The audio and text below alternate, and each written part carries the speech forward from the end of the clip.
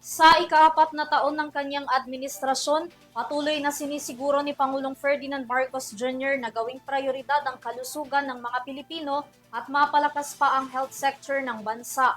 Bilang parte ng layuning ito, aabot sa 5 milyong pisong financial assistance at medical equipment ang itinurn over ni Marcos sa Cebu Provincial Hospital upang mapalakas ang operasyon at serbisyo nito sa publiko. Alamin ang iba pang detalye sa aking report. Nagbigay si Pangulong Ferdinand Marcos Jr. ng 5 million pesos na financial assistance sa Cebu Provincial Hospital o CPH sa munisipalidad ng Balamban. Gagamitin ito ng ospital para sa pagpapahusay ng kanilang mga pasilidad para mas maraming mga pasyente ang kanilang maserbisyohang medikal. Bukod sa mga ito, namahagi rin ng Pangulo ng mga medical equipment, gamot at 20 wheelchair na makakatulong sa kanilang operasyon. Nagdagdag din ang Philippine Charity Sweepstakes Office sa PCSO ng 60,000 worth of medicines.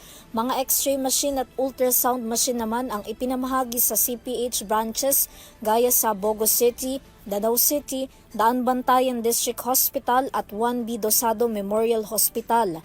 Ayon kay CPH Balamban Chief Dr. Olivia Dandan, ang mga natanggap na tulong ng kanilang ospital ay malaking bagay lalo't may mga pasyente pa silang biktima ng malakas na lindol na tumama sa kanilang lalawigan noong nakaraang taon.